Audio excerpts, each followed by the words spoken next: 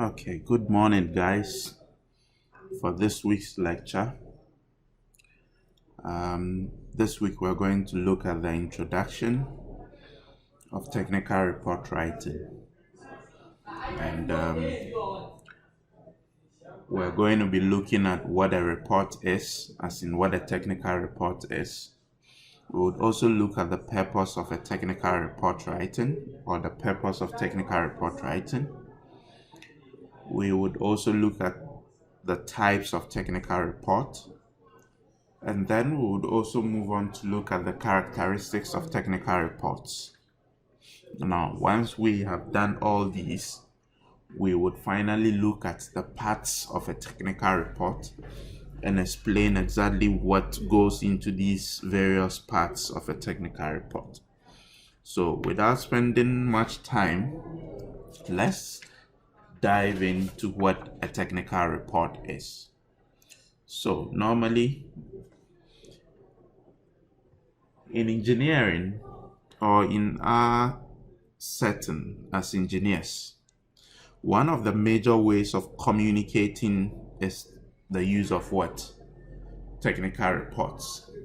As an engineer, when you need to send some information or to brief your boss on some particular activities, a technical report forms the major part of the communication that you would want to have with your boss.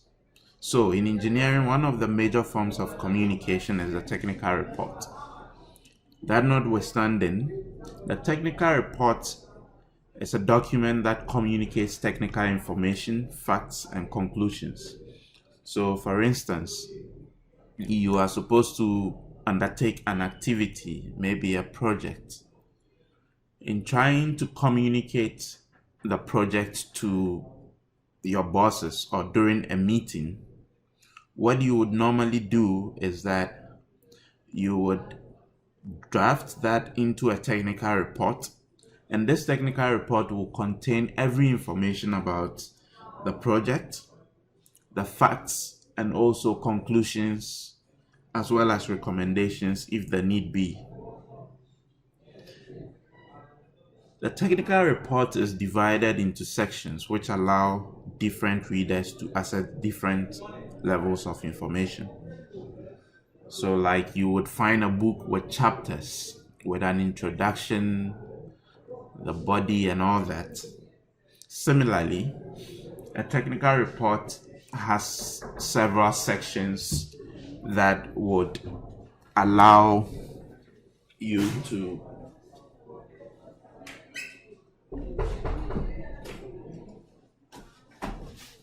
A technical report has sections, okay, that allows readers to access different levels of information. So based on what information one reader may need, that might differ from the information another reader would also need.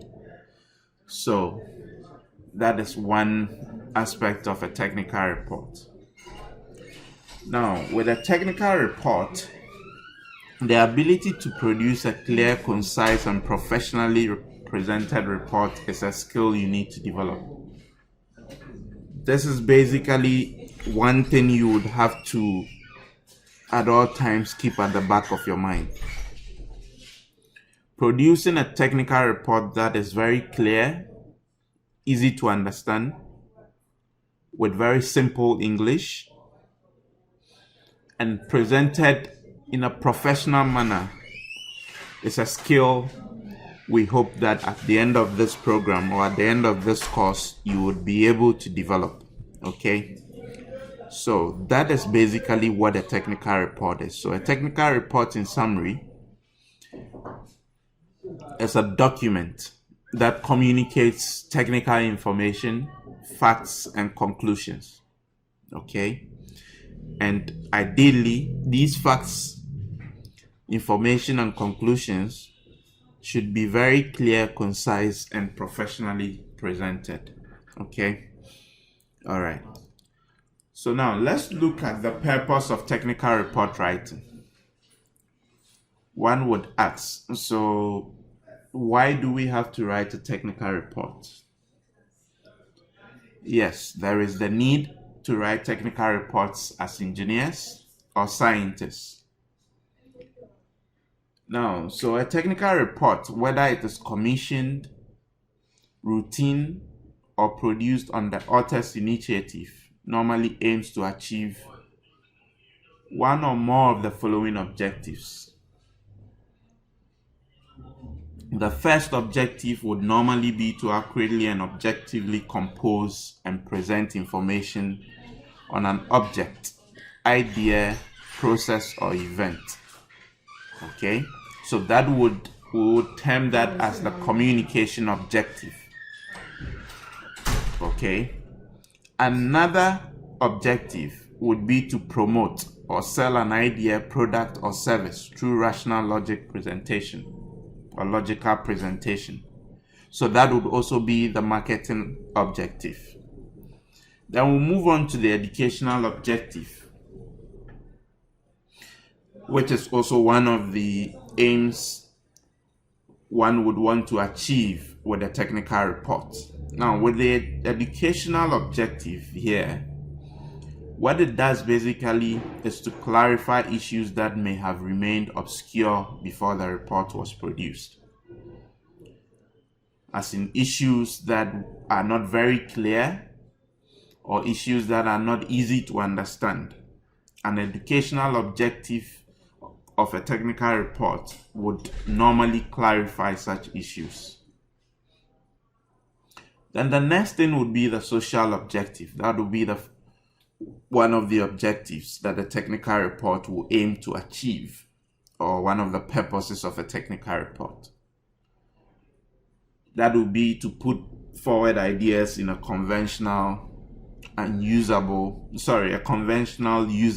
or acceptable form, which means there is a standard.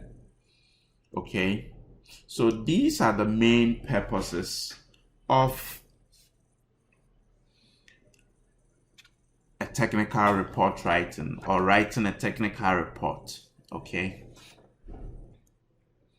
now let's move on to the types of technical reports.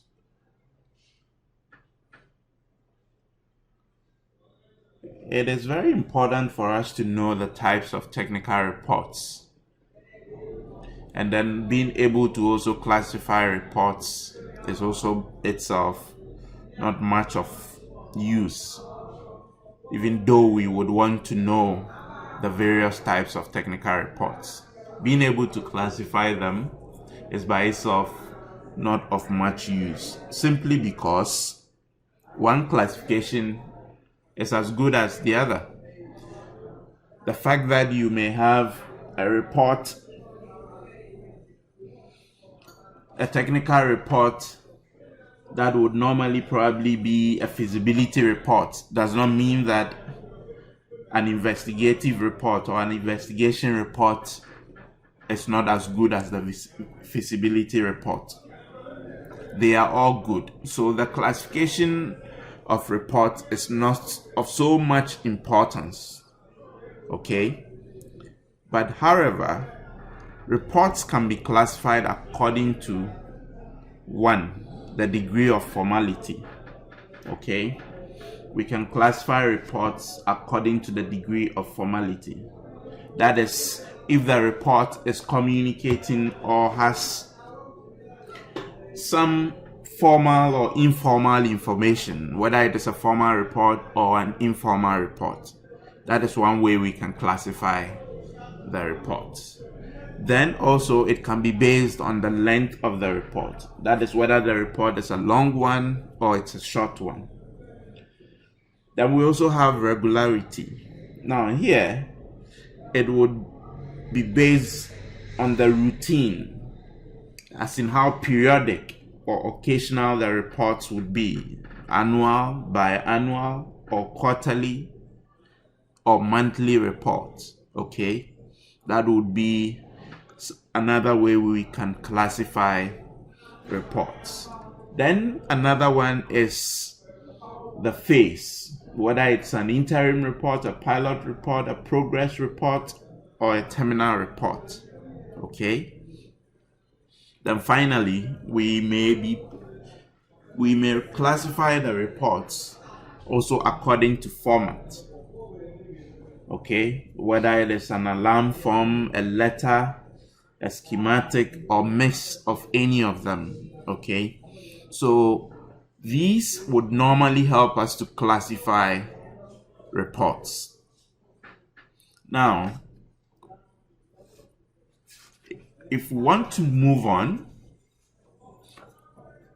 you are more likely, however, to see and write technical reports that are classified by content, such as occurrence reports. Now, for occurrence reports, basically, what an occurrence report seeks to do is to describe an event.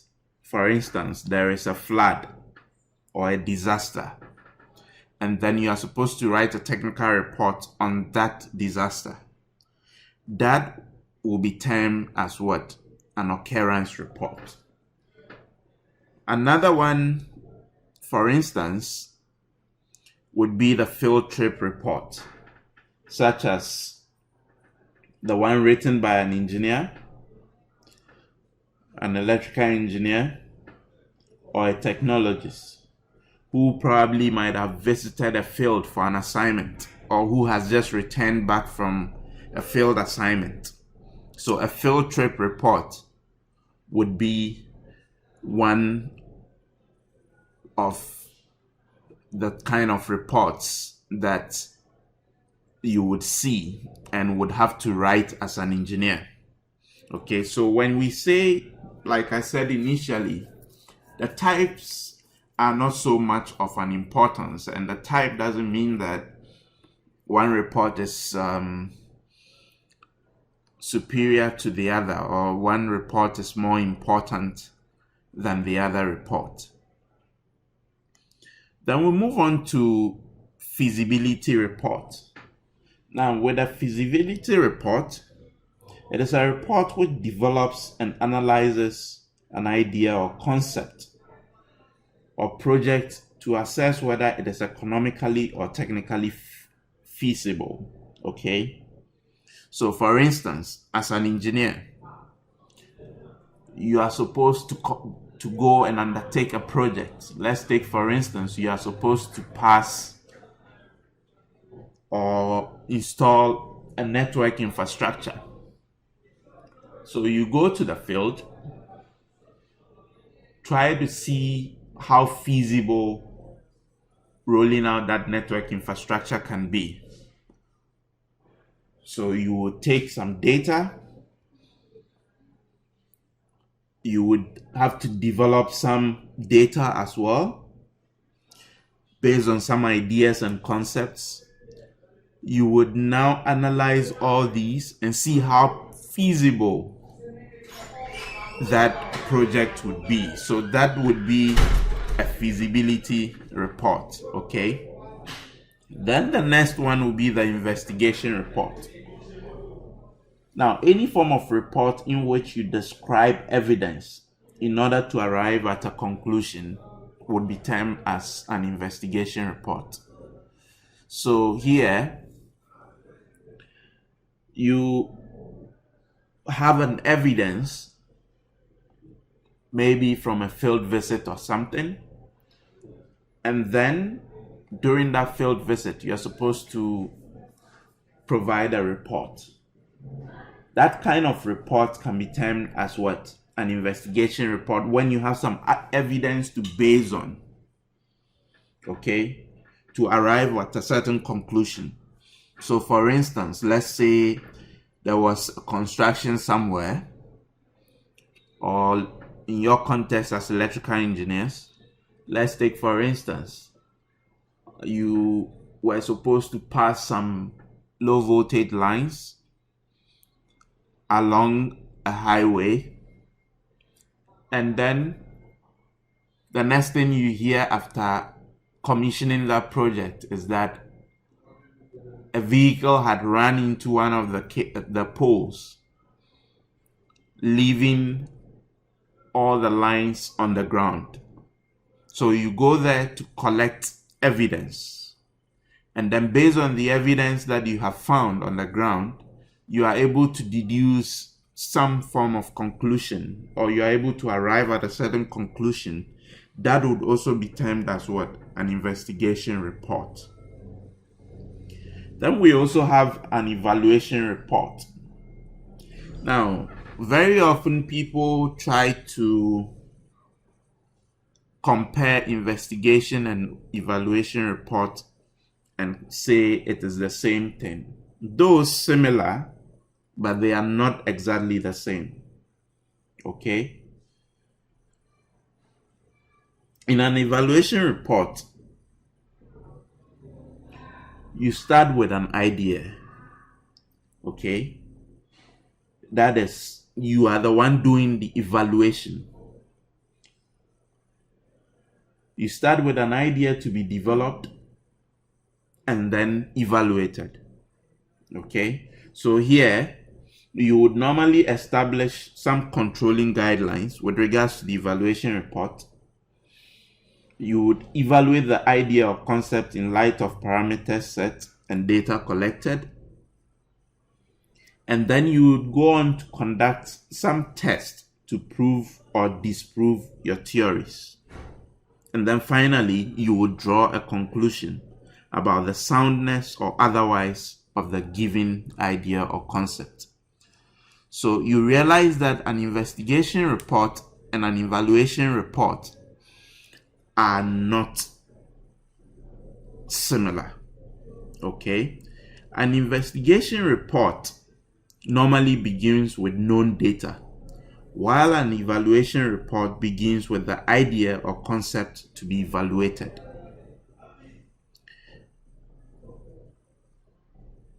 Now, someone may say that their cousin is the feasibility report.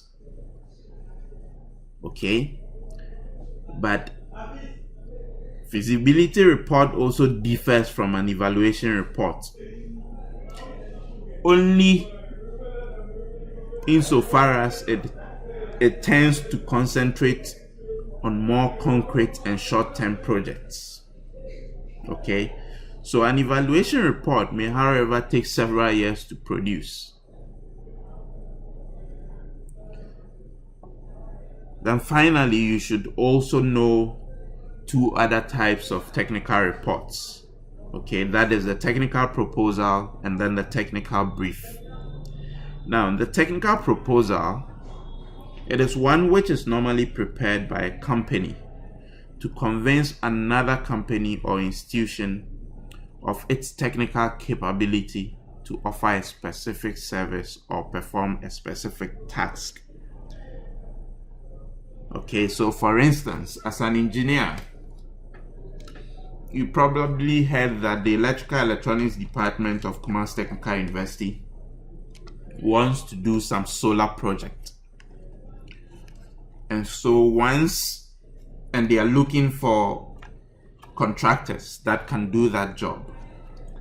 So what you would be submitting is a technical proposal to convince the electrical department that you are capable of providing that specific service of solar installation. So that would be a technical proposal. Then for a technical brief, it is basically one in which a new idea is presented in sufficient depth to enable the recipient to assess its practicability and cost. Okay?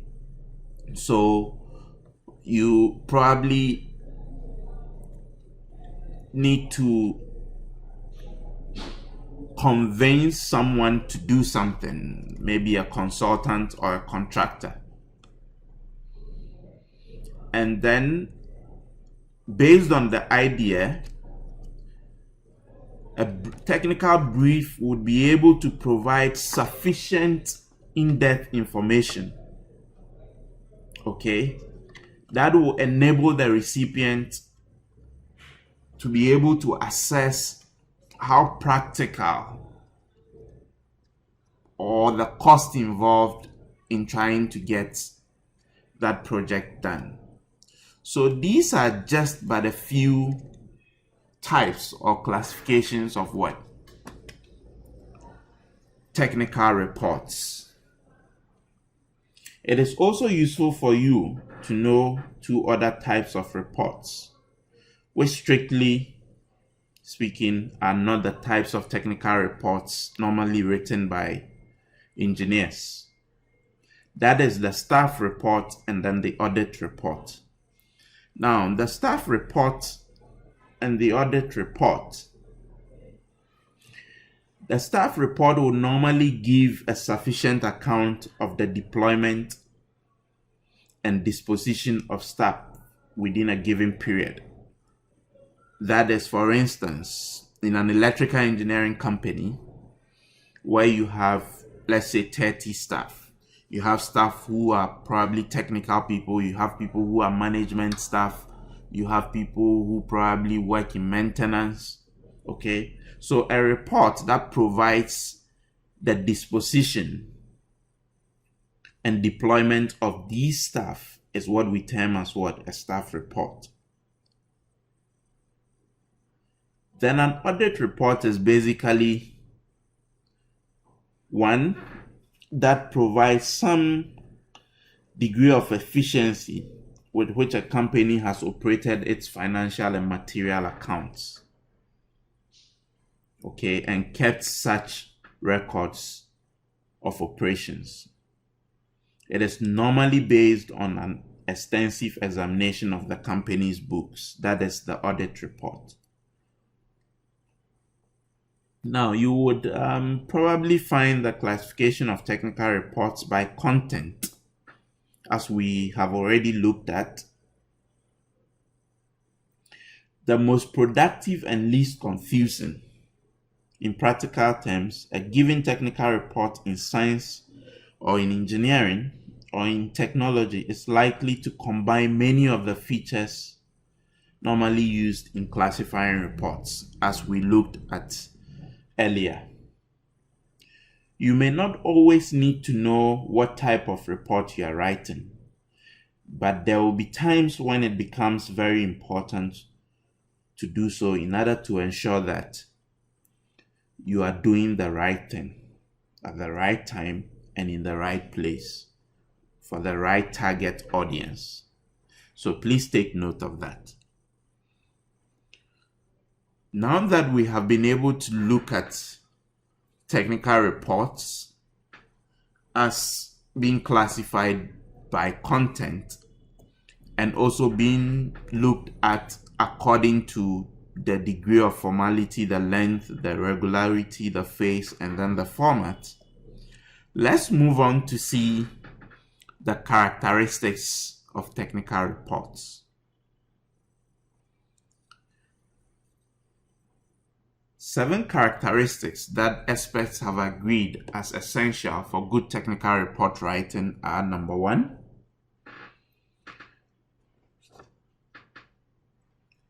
technical accuracy.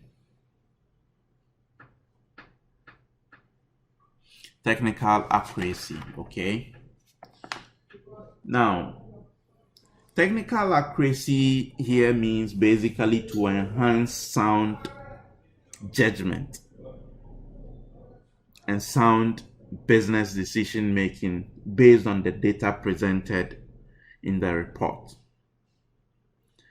Okay, so providing technical accuracy in a report, or making sure your report has the technical stuff that you keep in the report are accurate, these will go a long way to enhance scientific judgment or judgment in making engineering decisions, and also in some cases sound business decisions. Okay, what technical accuracy also does is that it preserves your own image as a careful and dependable person. That is, if you are supposed to provide a report and you have provided the report with all the needed technical accuracy, as an engineer, you are preserving your integrity and then your image. Okay? The next thing we'll look at is consistency in presenting. Now, here with regards to consistency in presenting, for instance, in the report, you are supposed to use some weights and measurements, SI units and all that. The consistency within which or with which you keep those weights and measures or measurements is what we are referring to here. So a technical report which should be consistent, or there should be consistency in its presenting, for where you have to use decimals or imperial systems, it means you have to use decimals throughout. If you are using imperial systems, it should be imperial systems throughout. When we say decimal, let's say you are writing a value which is 10.14, okay? So if you are writing 10.14, it should be decimal throughout. But assuming you are writing 1 times 10 raised to the power 3, it means you are moving all your values into that form. So there should be that consistency in your technical report, okay? Numbers, for instance, by maintaining generally accepted convention in using words and numerals through the report.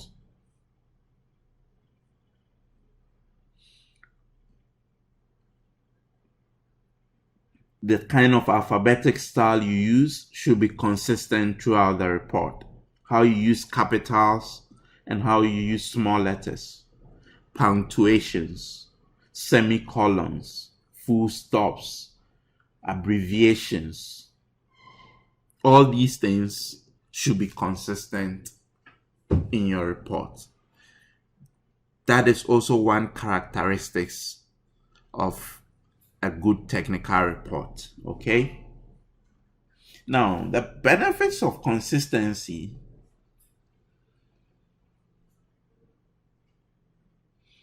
includes pleasurable reading. So when you have a document that is that has some consistency in its presentation, it makes your audience or whoever is reading that document enjoy reading the document and won't be tired of reading the document. Okay? The next thing you would need in a technical report as a characteristics is clarity. So for easy comprehension by non-technical people, even though you are writing a technical report,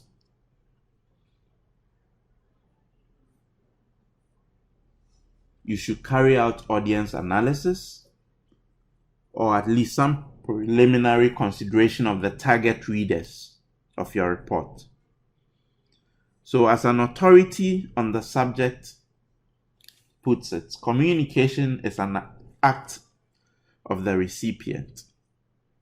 You should remember, though, that there will be some difficulty in catering to the comprehension capabilities of the varied audience for which most technical reports and even internal ones are written.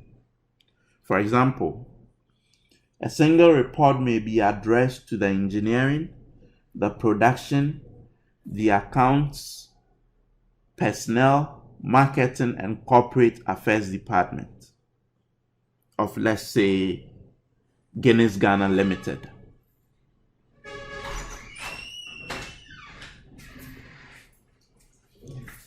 The challenge,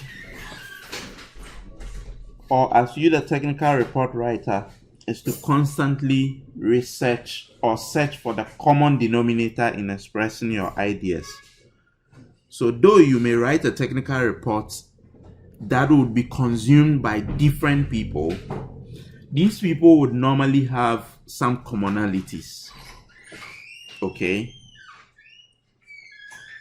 So basically, you should explore some richness of the English language in the use of alternatives.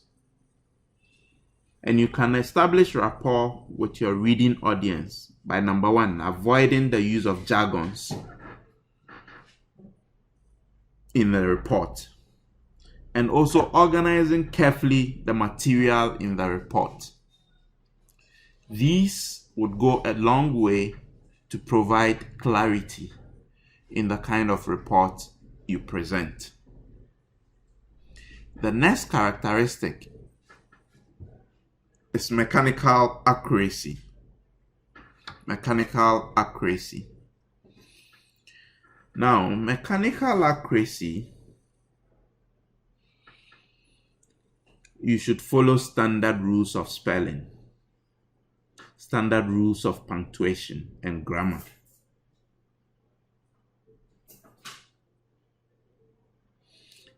Different organizations have their own way and style of writing. However, in addition to making use of that, you should feel free and humble enough to consult dictionaries and standard reference works when you are in doubt. Some examples of some mechanical language errors you can perform would be, instead of writing adopt as in ADOPT, you end up writing adapt, or vice versa. Or, for example, you want to write 20 seats. You want to write 20 seats, and then you end up writing 20 seats. These are some mechanical errors you are likely to perform. Okay? So you need to, as much as possible, try and avoid some of these mechanical inaccuracies. Then the next thing would be to look at the conciseness of your report. Now, you should say what you have to say in the shortest possible form. Okay? For example, let's take, for instance,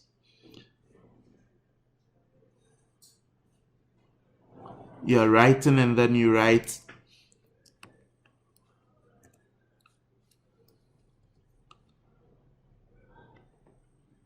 the police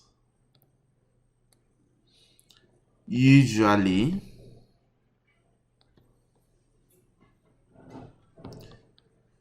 / often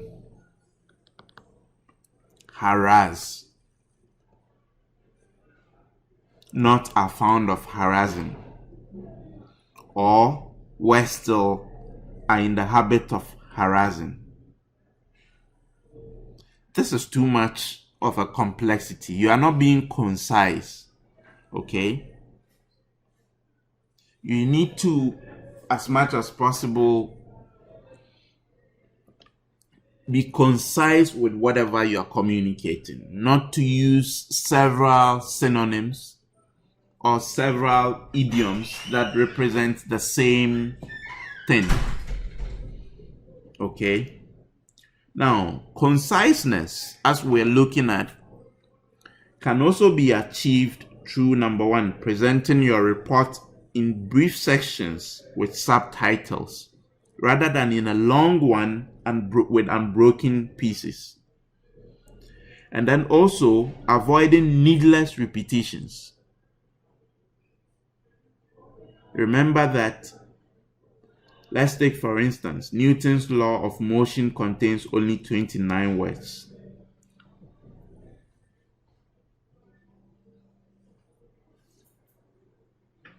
However, Einstein's earth-shaking law of relativity is reducible to just 5 symbols. Okay? So consciousness in most cases is seen as what? Precision.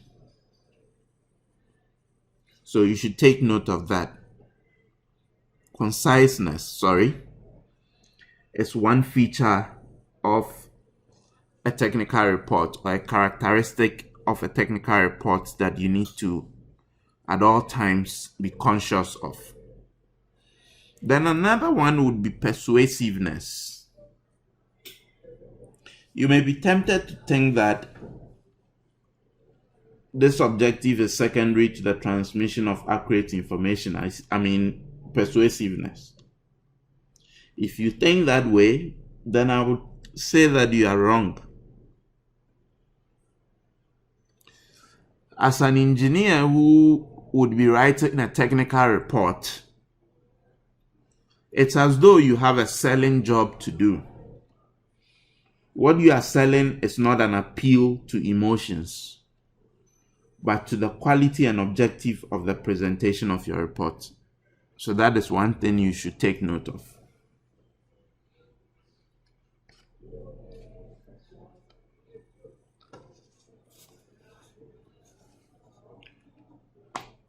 You must at all times retain the interest of your reader through the report without being chatty or colloquial.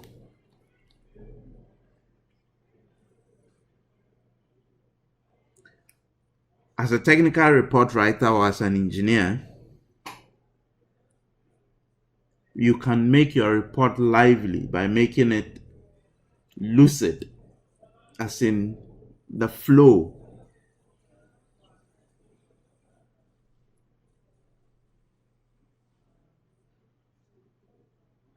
But you should also remember that most technical reports are not read only by engineers.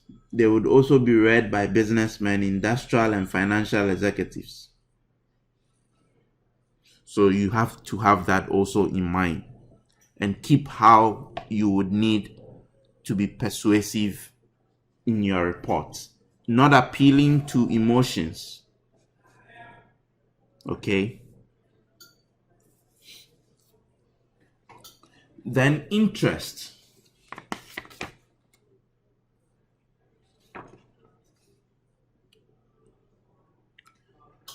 Now, interest as a characteristic to technical reports. Here, like we have said, all technical accuracy, consistency, clarity, mechanical accuracy, conciseness, persuasiveness. Interest would be the style with which you write your technical report to keep the interest of whoever is reading the report glued to trying to digest or exhaust the entire report. Okay, so these are the 7 characteristics of a good technical report, or writing a good technical report. That is technical accuracy, consistency in presenting, clarity, mechanical accuracy, conciseness, persuasiveness, and keeping the interest of your reader. Now that we have been able to look at what a technical report is, having been able to look at some types or classifications of technical reports, and having said that even though we can classify reports based on content, it doesn't mean one report is better than the other. It would be the purpose for which that report is written that is important. Let's now look at the parts of a report. So when we take a report, what are the parts that a report would comprise of? One would be the title page. And then normally, because you are writing a report and you are going to give the report to somebody to read, or your audience, after the title page, we call something the letter of transmittal. Now, what the letter of transmittal is basically a letter that highlights some salient points within the report. So even after reading the transmittal letter, which is addressed to whoever commissioned the report to be written, one would be able to infer what the report contains. Then we'll move on to the table of contents, which would normally tell us the contents of the report with regards to the page on which we can find those reports. Then we'll have the summary. Before we move on to introduction, we'll come to the discussion, we'll go to conclusion, there will be recommendations, there will be bibliography, which is in most cases the references from which we took data or some materials that were referenced. Then we'll move on to the appendix, which is mostly some information that we didn't add into the discussion but are relevant for the discussion. We'll put those things at the appendix. So without spending much time, let's move on and look at what the title page would normally contain or would comprise of. So the title page would normally have the title of the work. So for instance, you are writing a technical report which has asked you to do probably a feasibility studies on running, let's say, an LV line, a 20-kilometer LV line within Amakom. So that would be the title of the report. Feasibility report on installing or constructing a 20-kilometer LV line within Amakom. So that would be the title of the work. And this would normally be on the title or the cover page. Then we'll move on to the author and author's title. The author is basically who is authoring or writing the report. So the name of the author and their title would be on the report. Then person or organization who requested the report to be written would normally also be captured on the report. Then we would also have the date of completion or the date of handing over that report also being captured on the title page of the report. So these are some major contents that you would need to keep on your technical report as the title page. Okay. Now, when we move on to the letter of transmittal or the memo of transmittal, it is basically a formal letter that is addressed to the person requesting the report. What this letter does basically is to explain, number one, on whose authority the report was written, as in who gave or who commissioned the report to be written.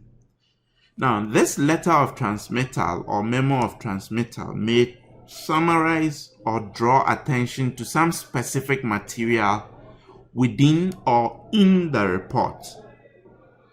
It will also go further to acknowledge the assistance in researching and compiling the report. So this will normally come after the title page. Okay, so that is the letter of transmittal.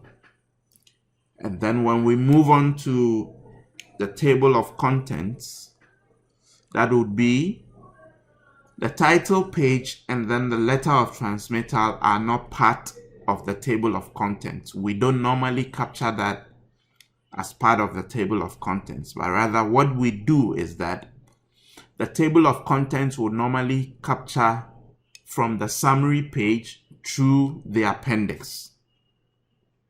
So the table of contents would normally have, let's say, introduction, maybe 1.0 introduction. Then it is mapped to maybe page 1. Then you have 1.2, maybe background. Then that is mapped to page 2, okay?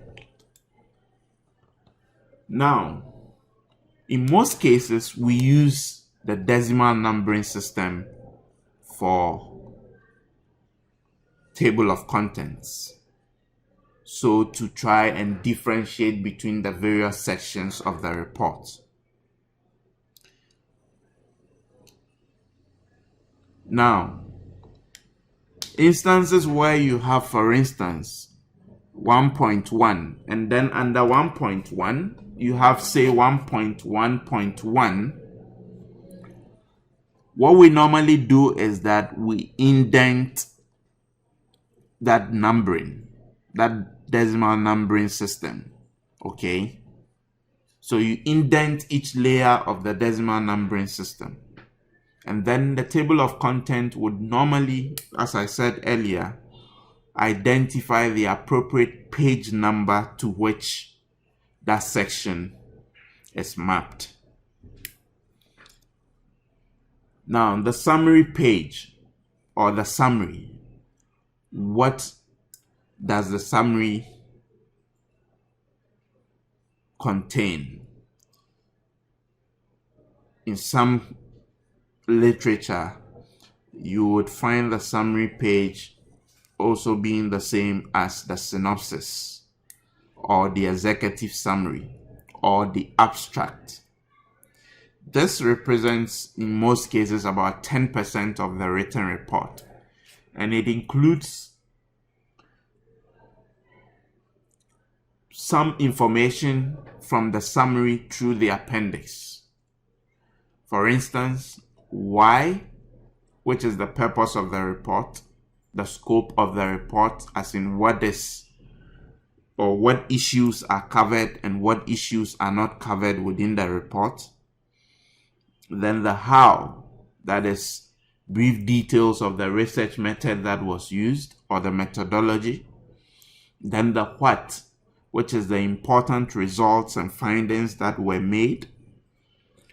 And then we also have the so what, that is the major conclusions and the recommendations. And it is normally or covered in the same order as the report is structured.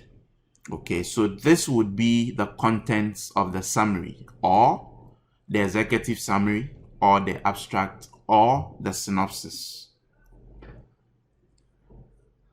Now we move on to the introduction. The introduction would normally be what is the report about? Why is the report being written? Who is conducting the research for which the report is written? Is there any background information relevant to the report? This is all captured within the introduction. And then also the scope, like we looked at, what will and will not be covered within the report. All these are covered within the introduction or in the introduction. Then the discussion part of the report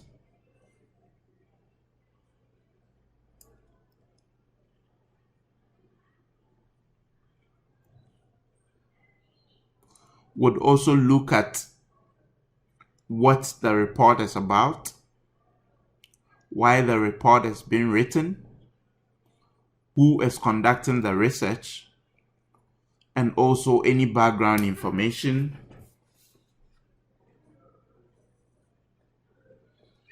for which the report is being written, or any relevant information that is needed to get the report written. Okay, just as the introduction part, as well as the scope. Then you would come to the conclusion.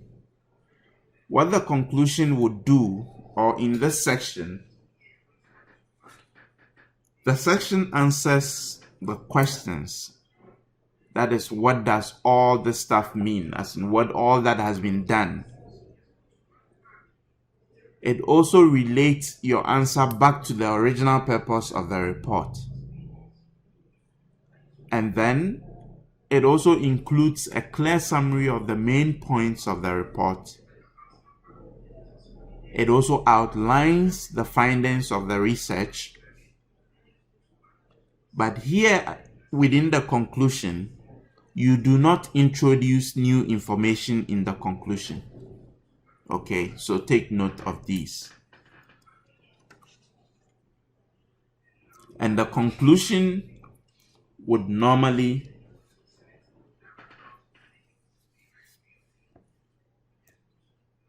cover just these things.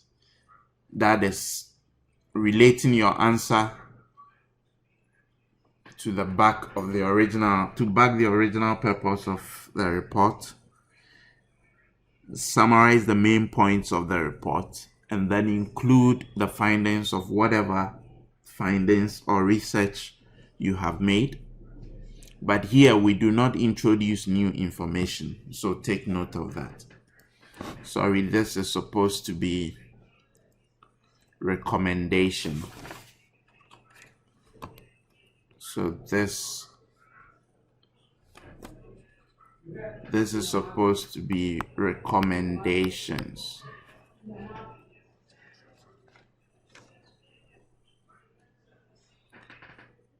Recommendations. Okay. Now here in the recommendation, it should be written in a descending order of importance. As in, whatever you are recommending, you would have to move from the highest of priority to the lowest.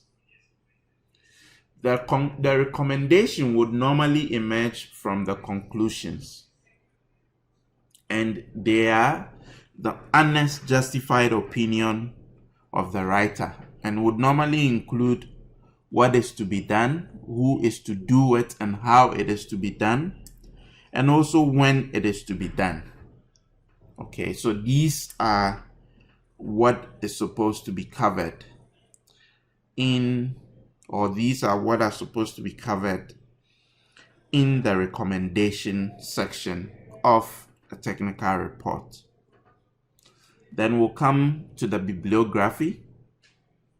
Now, the bibliography basically gives reference to all those sources which are utilized in writing the report. For instance, you probably had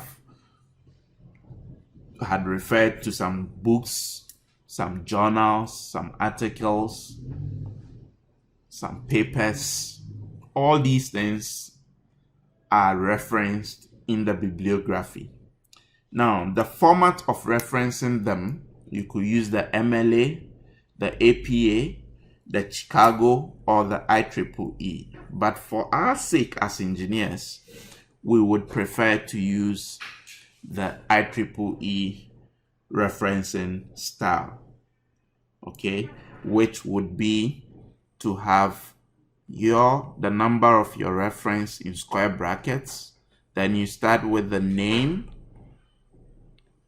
of the author of the material you are referencing, the title of the material you are referencing, where that material was published, the page in which that material was published, or whatever you took was published, and also the year or the date for which it was published. So these are what we expect to see in the bibliography of a technical report. Then we move on to the appendix, which is basically the final one. This contains supplementary material which are too detailed for us to include in the body of the report. These may include tables, photographs, charts, maps, some statistics, questionnaires, etc. However, in including all these things in the appendix, they must be clearly labeled and referred to in the body of the report. You would have to refer, in trying to explain with them in the report, you would have to label them nicely at the appendix section and also reference them or refer to them within the body of the report. So basically, that is what a technical report would consist of as the parts of a technical report. So this week, what we have done basically is to look at what a technical report is. And we said in brief, a technical report is a material or a document that communicates technical information. Okay. And then we also said that the purpose of a technical report can be for communication purposes. It can also be for marketing purposes. It can be for an educational purpose. It can also be for a social objective. We also went to look at the types of technical reports, and we said that the technical reports, it is not so important to know the various, though it is useful to know the various types of technical reports, the classifications are not very, very important, but it will be necessary to classify them based on their degree of formality, whether it is a formal report or an informal report, how long the report will be, how regular, whether it is monthly, weekly, quarterly, the phase, and then the format for which the reports would be. And then the types or some of the classifications would also be the occurrence report, the field trip report, the feasibility report, the investigative report, the evaluation reports, the technical proposal, and also the technical brief. We went on to look at the characteristics of a technical report, and we said there should be technical accuracy, there should be consistency in presenting clarity, there should be mechanical accuracy, there should also be conciseness, there should be persuasiveness in the report, and there should be that interest or keeping the interest of the reader whilst they consume the report. And then finally, we looked at the parts of the technical report as being the title page, the letter of transmittal, the table of contents, the summary, the introduction, the discussion, the conclusion, the recommendations, the bibliography, and also the appendix. So this brings us to the end of this week's lecture. We shall meet again next week to continue with other parts of technical report writing. So until then, see you next week.